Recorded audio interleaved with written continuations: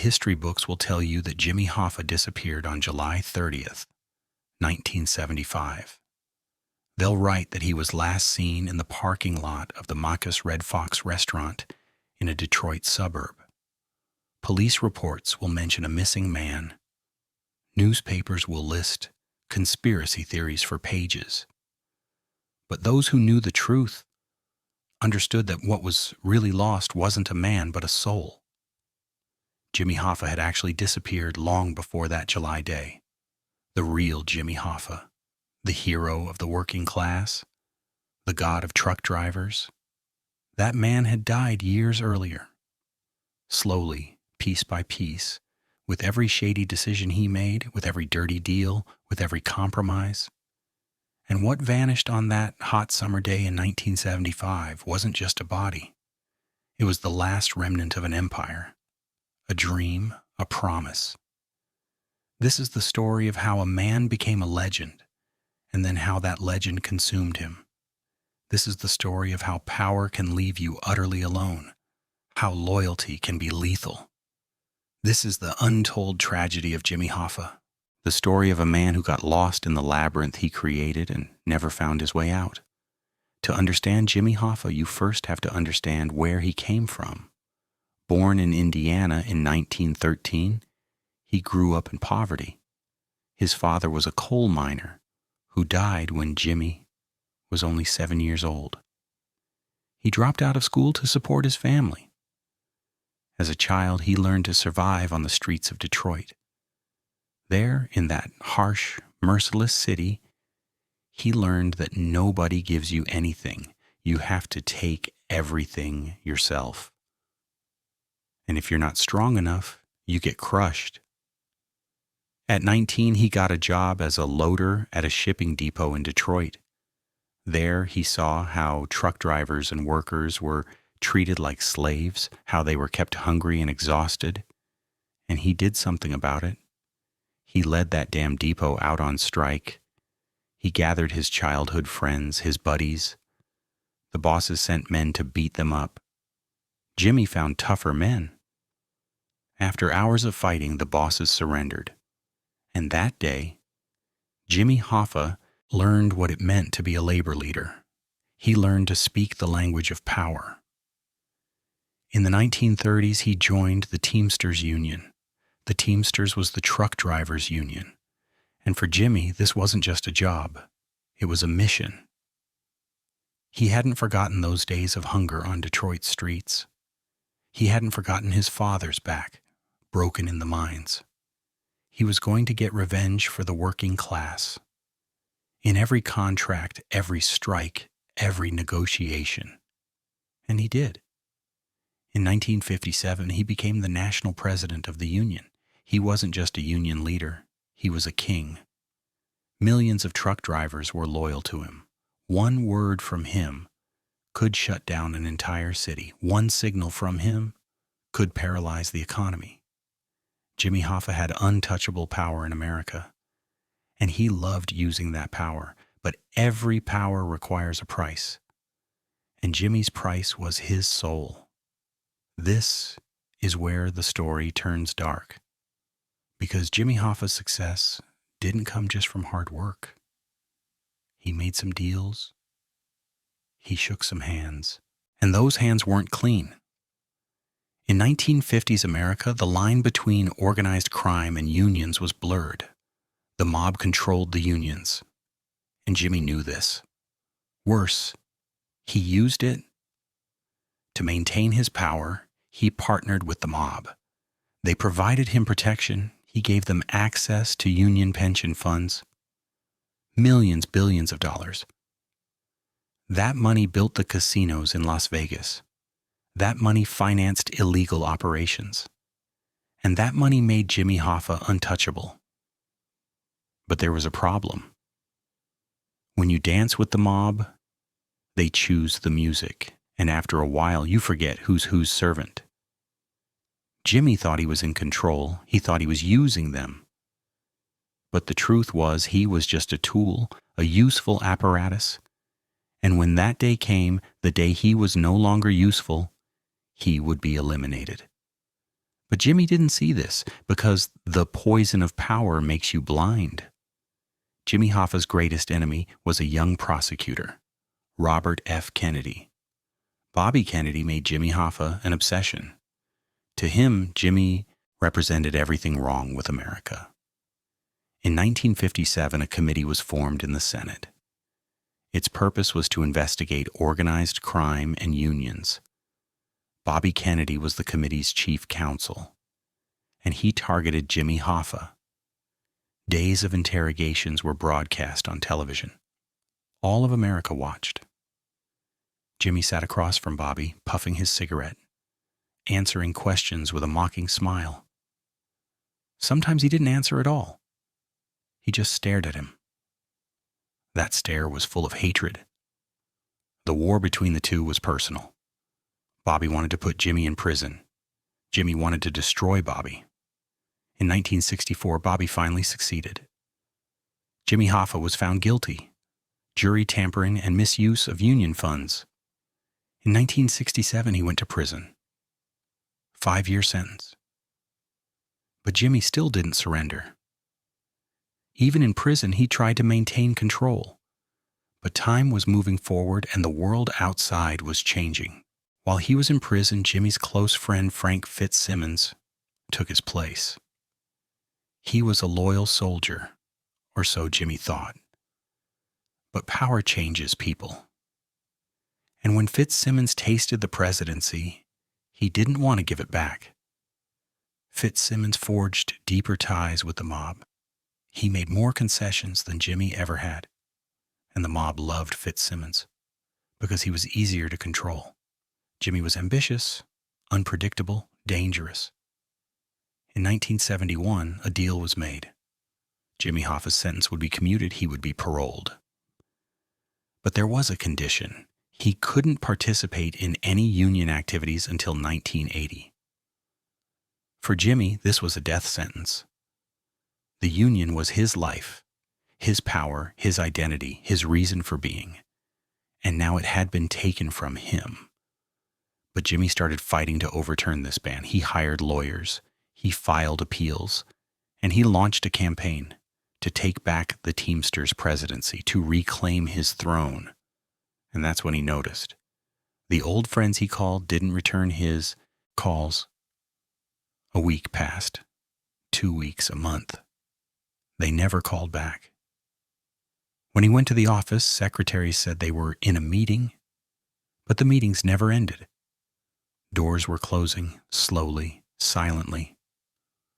One evening he went to dinner with his former right-hand man. The guy couldn't look Jimmy in the eyes. He stared at his plate. He rubbed his hands together. And in that moment, Jimmy understood. He wasn't welcome anymore. The mob didn't want him back. Fitzsimmons didn't want him back. Even his old friends were avoiding him. Jimmy Hoffa, the once untouchable man, was now a dangerous burden. For everyone. But he didn't accept this.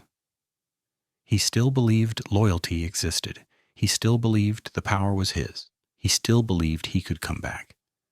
And that blindness led him to that restaurant parking lot. July 30th, 1975, Wednesday. It was hot in Detroit, suffocating. Jimmy Hoffa left his house. He told his wife Josephine he was going to a meeting at the Marcus Red Fox restaurant at 2 p.m. He put on a red tie. He wore a blue shirt. He wanted to look good. Because this meeting was important. The people he was meeting were a union official from New Jersey and a mob connection from Detroit. They were coming to make peace. Or so they said. Jimmy waited at the restaurant at 2 He waited for an hour and a half. Nobody came. He called. They had no knowledge of any meeting. Jimmy was angry but not worried yet.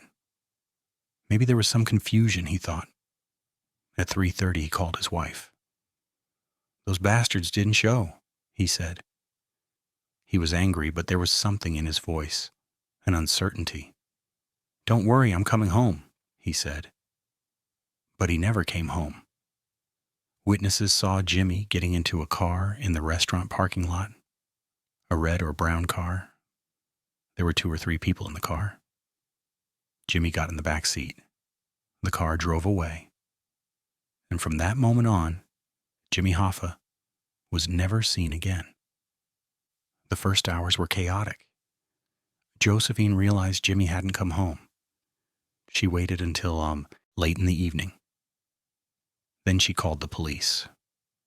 But the police said it was too early to file a missing person report. The next day, Jimmy's car was found empty and locked. In the Machis Red Fox parking lot, there were no signs of struggle inside, no blood, just a suit, hanging on a hanger, as if he had planned to change for dinner. But he never got the chance. The FBI started investigating, and they knew very well this wasn't a simple missing person case. This was an execution. The years after Jimmy Hoffa's disappearance turned into a nightmare. The FBI followed every lead, questioned every suspect, but they found nothing. No body, no witnesses, no confession. Conspiracy theories exploded. Some said Jimmy was dissolved in a secret vat. Some claimed he was buried in a highway construction. Some said he was thrown in Lake Michigan. But these were just stories. The truth was much darker and more mundane. The truth is, Jimmy Hoffa was killed by people he trusted. He was betrayed by the organization he had fought to protect. The mob had decided to eliminate him because he had become a threat. If he returned to the Union presidency, he knew too much. Too many secrets. Too many names. And he could talk. They couldn't take that risk. They had set the trap. They had lured him somewhere safe, familiar, normal-looking, and there they got rid of him. A gun, a blow, an end. Then they took the body. Maybe they burned it. Maybe they dismembered it. Maybe they buried it. But they buried it somewhere no one would ever find. Years later, on his deathbed, a hitman confessed. He said he shot Jimmy Hoffa in a house in Detroit. But even this confession was controversial. The truth remained behind a veil of mystery. But in the end, wherever the body is, the truth is this.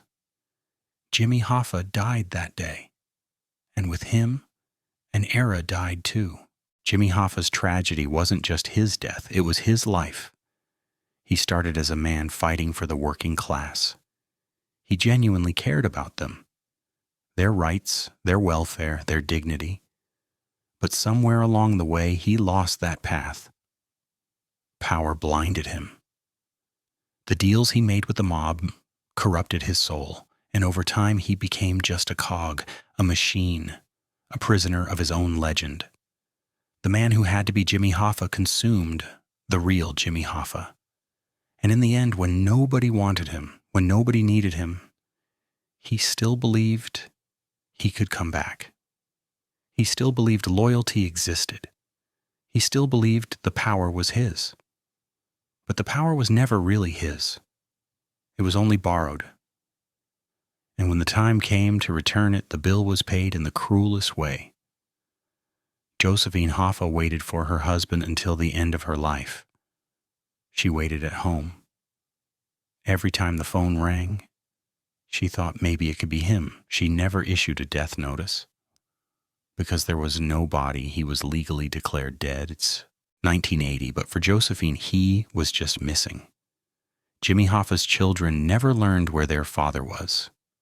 There was no grave to visit, no funeral to hold.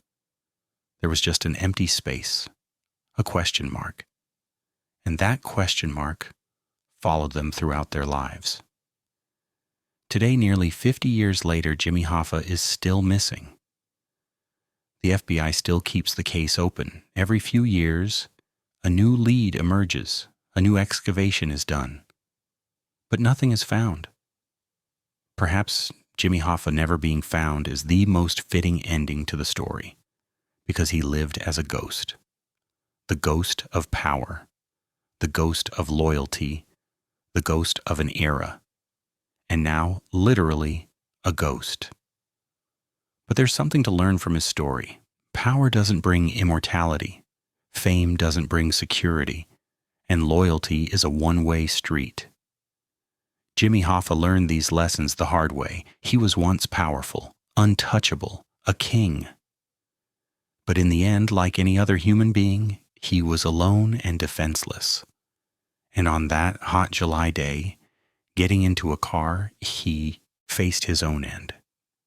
And that end was the kind that no power, no connections, no reputation could stop. Jimmy Hoffa's story is a warning that your rise can be the key to your fall, that the people you trust can destroy you, and that one day everything can lose its meaning. In Detroit now, the old Teamsters building still stands, but it's silent now. Maybe Jimmy's spirit still wanders there, still going to a meeting, still trying to reclaim his throne, still searching for a way back. But there is no way back. There never was. There was only an end, and that end came in the back seat of a red car, at the hands of people he trusted. Rest in peace, Jimmy. You finally found your throne, but that throne was made of dirt, and nobody knows where it is.